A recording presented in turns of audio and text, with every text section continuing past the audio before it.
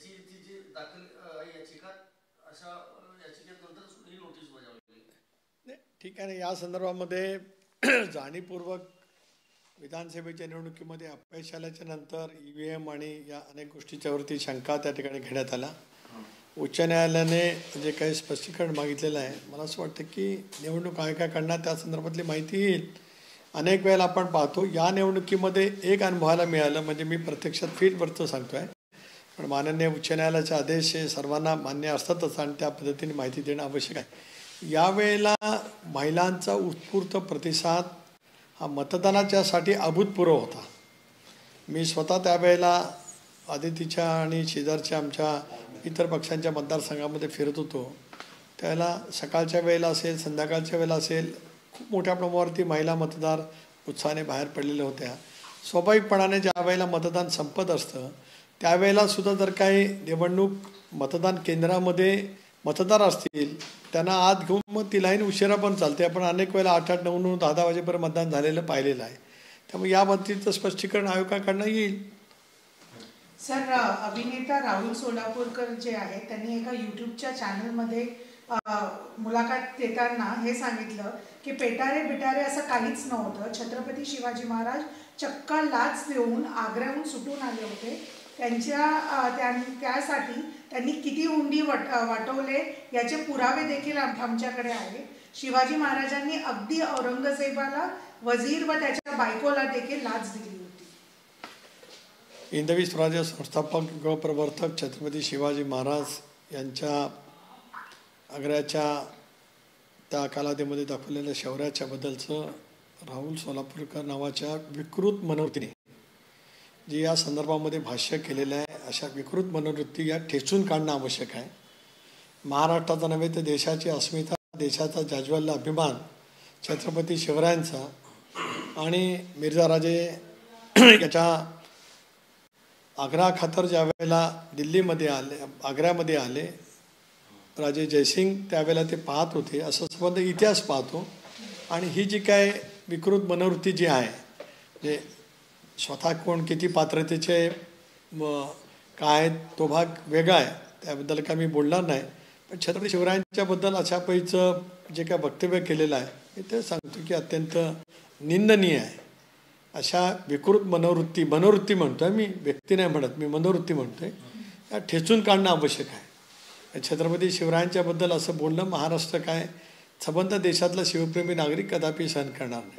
राज्याचे मुख्यमंत्री वर्षावर जात नाहीत कारण तिथं कामाख्या देवीला जी रेडी कापली गेली त्याची शिंग पुरल्यात असा दावा संजय राऊत यांनी केलेला आहे. शिंदेंनीही केले असा त्यांचा दावा आहे. रोज सकाळी उठून काहीतरी संस्थानाटी बोलल्याशिवाय दिवसभर संजय राऊत टी व्हीवरती दिसत नसल्यामुळे अशा पैच्या अनावश्यक टिप्पणी करण्याची त्यांची सवय विधानसभेच्या दारुण पराजयाच्या नंतरची झालेली आहे. मला असं वाटतं त्या पराजयाच्या मानसिकतेतून अजून ते बाहेर आले नसल्यामुळे अशा काहीतरी कल्पक रंजक गोष्टी त्यांना सुचतात आणि ते मग बोलत असतात. काल लोकसभेमध्ये राहुल गांधी जेव्हा भाषण देत होते त्यांनी उल्लेख केला शिर्डीमध्ये एका जागेवर 5,000 लोकांचे पत्ते सारखे आहे. त्यामध्ये त्यांनी म्हटलं की 5,000 मतदार जे आहेत ते एकाच पत्त्यावरची आहेत. याची चौकशी होण्याची गरज आहे का? नाही, मी त्यावेळेला सभागृहामध्ये उपस्थित होतो. त्यांनी सांगितलं की शिर्डीच्या एका इमारतीमध्ये 5,000 मतांची नोंद झाली असं ते सांगतात. आता प्रत्यक्षामध्ये मीच काल लोकसभेमध्ये प्रत्युत्तर देताना सांगितलं की माझ्या रायगड लोकसभा मतदारसंघामध्ये अलिबाग, महाड, पेण, श्रीवर्धन हे मतदारसंघ येतात विधानसभेचे. लोकसभेला किती मतदान होतं आणि विधानसभेला किती वाढलं आणि 5,000 मतदान वाढलं. याचं कारण आपण पाहतात की संबंध निवडणूक आयोगाने संबंध देशभर जनजागृती मोठ्या प्रमाणावरती घेतली होती की मतदारांनी मतदाराची नोंदणी करावी. पण 6 महिन्यामध्ये एखाद्या विधानसभा मतदारसंघात 5,000 मतं वाढणं काही गैरराष्ट्राचं काही कारण नाही. मी काल लोकसभेमध्ये त्या संदर्भामध्ये बोललो.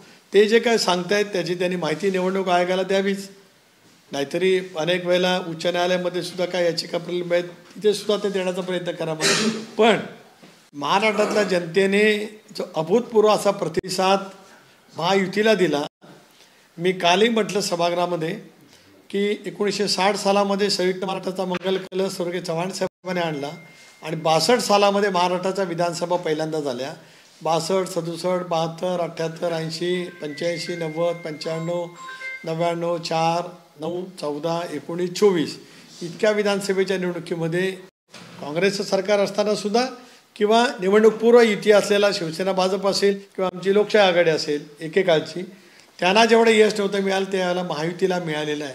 स्वाभाविकपणाने लोकसभेच्या निवडणुकीमध्ये जे यश राज्यामध्ये महाविकास आघाडीला मिळालं होतं 31 जागांच्या वरती, NDAचे फक्त 17 खासदार निवडून आले होते. त्या संबंध महाराष्ट्रात आणि देशामध्ये अशी वातावरणाची निर्मिती झाली होती की महाराष्ट्रामध्ये महाविकास आघाडीचंच सरकार येणार.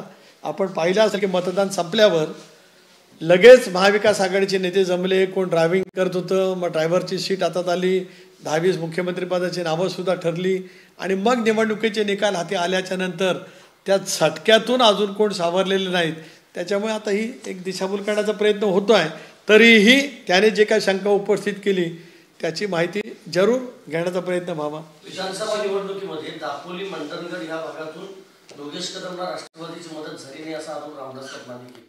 मी त्या दिवशी त्याच्यातलं उत्तर दिलं की रामदासभाई वरिष्ठ नेते आहेत, माझे सहकारी आहेत, आम्ही बराच वेळ सोबत काम केलं आहे, त्यांनी माझ्याकडे लेखी पत्र द्यावं, मी त्याची जरूर माहिती घेईन. पालकमंत्री पदाचा तिढा कधी सुटणार रायगडचा? ते माननीय मुख्यमंत्री, दोन्ही मुख्यमंत्री ठरवतील. ते ज्यावेळेला ठरवतील ते संबंध सर्वांनाच निश्चितपणे मान्य असेल. दिल्ली विधानसभा निवडणुकीच्या जस्ट 2 दिवसापूर्वीच आपण बघतो भाजपने JNUचा रिपोर्ट सादर केलाय ज्यात बांगलादेशी आणि रोहिंग्यास या इलिगल मायग्रंट्स म्हणून इथे दिल्लीत जास्त आलेत आणि मागच्या काही वर्षात त्यांचं पॉप्युलेशन वाढवलं आणि ऑब्व्हियसली अरविंद केजरीवालला ब्लेम केलं गेलंय की त्याच्यामुळे जे आहे इथे चुकीचे लोक जास्त वाढले. ही समस्या या देशामध्ये दीर्घकाळ वेगवेगळ्या राज्यामध्ये आहेच. बांगलादेशी नागरिक, त्यांचा घुसखोर वगैरे, तर या संदर्भामध्ये त्या वेळेला केंद्र सरकार किंवा त्या ज्या राज्यामध्ये असतात ती राज्याची यंत्रणासुद्धा त्या संदर्भामध्ये तपास त्या ठिकाणी करत असते. इथे ज्या अर्थी भारतीय जनता पक्षाने का पक्षाच्या नेतृत्वाने या संदर्भामध्ये काही स्पष्टपणाची भूमिका मांडली असेल तर त्याचंसुद्धा माहिती जनतेसमोर आलीच पाहिजे. आणि अशा पद्धतीचे जे कोण आज या देशामध्ये घुसखोर आलेले असतील तर त्यांच्यावरती योग्य ती कारवाई केली गेली पाहिजे. सर, लाडक्या बहिणीमुळे राज्यामध्ये खूप चांगलं यश महायुतीच्या सरकारला मिळालेलं होतं, पण आता लाडक्या बहिणीमध्ये अनेक कात्री लावण्याचं काम सुरू झालेलं आहे. त्यात महत्त्वाचा मुद्दा ज्यांच्याकडे 4 चाकी त्या महिलांना आता पुन्हा पैसे मिळणार आहेत म्हणून एक चर्चा सुरू झालेली की या विधानसभा निवडणूक झाली म्हणून अशा पद्धतीचे कात्री लावायचं काम सुरू झालं. लाडकी बहीण योजना ज्यावेळेला राज्य सरकारने मंजूर केली त्यावेळेला या योजनेमध्ये पात्र होणाऱ्या भगिनींच्या संदर्भामध्ये काही निकष लावलेले होते आणि ते निकष काही बदललेले नाहीत. माझी जी माहिती आहे कारण याच्यावरती शेवटी शासनाची योजना आहे. या संदर्भामध्ये माननीय मुख्यमंत्री, उपमुख्यमंत्री किंवा त्या खात्याचे मंत्री जरूर बोलू शकतील.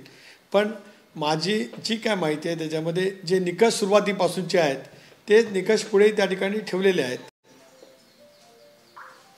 सर, जया बच्चन म्हणालेले आहेत की आता जे कुंभमध्ये चेंगराचेंगरीची त्यामध्ये अनेकांचा मृत्यू झाला आणि ते सगळे मृतदेह जे आहेत ते नदीमध्ये फेकून देण्यात आले आणि त्यामुळे गंगा दूषित झालेली आहे. या वक्तव्याचा कसा अर्थ काढायचा? 114 वर्षांनी महाकुंभ आज आपल्या देशामध्ये भरतो आहे आणि जगभरातले नागरिक आपल्या देशाच्या कानाकोपऱ्यातून सुद्धा प्रचंड प्रमाणावरती प्रयागराजला त्या ठिकाणी येत असतात. त्या दिवशीची घटना अत्यंत दुर्दैवी त्या ठिकाणी होती, परंतु त्या दुर्दैवी घटना कारण एक अमावस्या होती, मौनी अमावस्या होती, त्याच्यामुळे स्वाभाविकच देशभरातून भाविक प्रचंड प्रमाणावरती त्या ठिकाणी आले होते. तसं पाहिलं तर या महाकुंभाची पूर्णपणाची व्यवस्थापन उत्तर प्रदेश सरकारने अतिशय योग्य पद्धतीने केलेली आहे. त्यामुळे आता जया बच्चनजी राज्यसभेत बोलल्यात त्या संदर्भामध्ये जरूर सरकारच्या वतीने एक स्पष्टपणाची भूमिका त्या ठिकाणी मांडली जाईल. मला स्वतःला असं वाटत असतं की जी घटना घडली ती दुर्दैवी आहे आणि त्या संदर्भामध्ये सुद्धा सरकार किंवा सर्व नागरिक आपल्या सर्वांचं कर्तव्य राहतं की अशा घटना ज्यावेळेला दुर्दैवी घडत असतात त्यावेळेला सरकारच्या पद्धतीने उपाययोजना करत असतं. पण आपण हे सुद्धा एक या देशाचे नागरिक आहोत, आपलीसुद्धा काही जबाबदारी आहे की अशा घटना घडल्याच्या नंतर काय पद्धतीने त्या घटनेच्या संदर्भामध्ये आपण सुद्धा सहकार्य त्या ठिकाणी केलं पाहिजे. टीका टिप्पणी जरूर करण्याचा अधिकार या देशामध्ये लोकशाहीच्या माध्यमातून विरोधकांना आहे, परंतु ते वस्तुस्थितीच्यावरती आधारित असावं. शेवटी सरकारी आवतीमध्ये खुलासा नक्की करेल. नाशिकमध्ये भुजबळ साहेबांच्या वाढदिवसाचे बॅनर लागले, त्या बॅनरवर अजितदादा नाही आहेत, राष्ट्रवादीचं नावही नाही आहे गायब. शेवटी मी काय पाहिलेलं नाही आहे. भुजबळ साहेब आमच्या पक्षाचे वरिष्ठ नेते आहेत, मी वारंवार म्हटलेलंच आहे. पक्षस्थापनेपासूनचा त्यांची भूमिका ही अत्यंत अहम त्या ठिकाणी राहिलेली आहे. एवढंच नव्हे तर गेले 40-45 वर्ष महाराष्ट्राच्या राजकारणामध्ये ते आहेत. स्वाभाविकपणाने त्यांचा वाढदिवस हा नेहमीच अतिशय उत्साहाच्या वातावरणामध्ये संबंध महाराष्ट्रामध्ये त्या ठिकाणी होत असतो. प्रत्येक मानणारा एक वर्ग असतो, तो त्यांच्या पद्धतीने ते उत्साहाच्या वातावरणामध्ये साजरा करत असतात.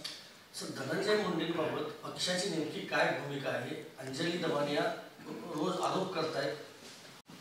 मी संतोष देशमुखांची जी घटना घडली ती अत्यंत दुर्दैवी आहे. त्या घटनेचा खोलवर तपास करून जे कोण दोषी असतील त्यांच्यावरती कारवाई केलीच पाहिजे. राष्ट्रवादी काँग्रेस पक्षाची भूमिका ही स्वच्छपणाची पहिल्या दिवसापासूनच प्रदेश राष्ट्रवादी काँग्रेस पक्ष म्हणून मी त्या ठिकाणी मांडलेली आहे. यापेक्षा या विषयावरती मी अधिक बोलू इच्छित नाही, कारण तो विषय अत्यंत संवेदनाशील त्या ठिकाणी आहे.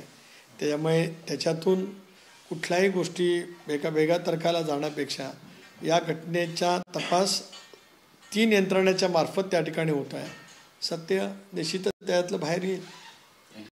मला नुसतं हिंदीमध्ये महाराष्ट्र देश पाहिजे. रोलिंग है ना राजू.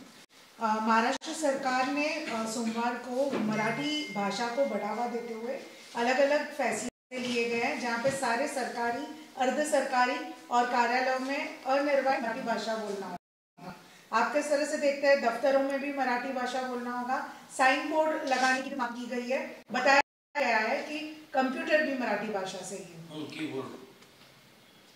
आपने मराठी भाषा के बारे में पूछा है, मुझे लगता है इसका जवाब मैं मराठी में दे दूं. मराठी भाषेला क्लासिकल अभिजात भाषेचा दर्जा मिळावा म्हणून मी लोकसभेमध्ये मराठीमध्ये बोलत आलो.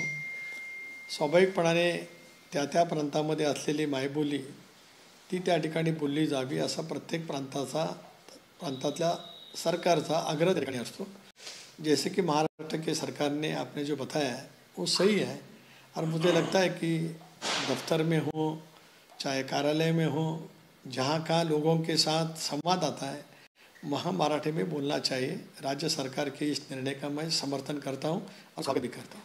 दूसरा सवाल सर लास्ट. बीजेपी नेता नितेश राणे के बार अलग अलग बयान आते हैं. इस बार ये कहा जा रहा है कि हम सख्त धर्मांतर विरोधी एक कानून लाने वाले हैं. उन्होंने हमला बोलते हुए ये भी कहा कि महाविकास आघाड़ी के दौरान आप अब्बा थे, लेकिन अब आपको मजा नहीं चाहिए. नितेश राणे ने ये कहा कि अब आप पीर बाबा, सरकारी जमीन पर पीर बाबा ना होंगे. ये पाकिस्तान नहीं है, हर चीज का ध्यान रखा जाएगा. देखिए, नितेश राणे जी ने क्या बयान दिया है मैंने तो कुछ देखा नहीं, पढ़ा नहीं. मैं उसके बारे में कुछ टिप्पणी नहीं करना चाहता हूँ.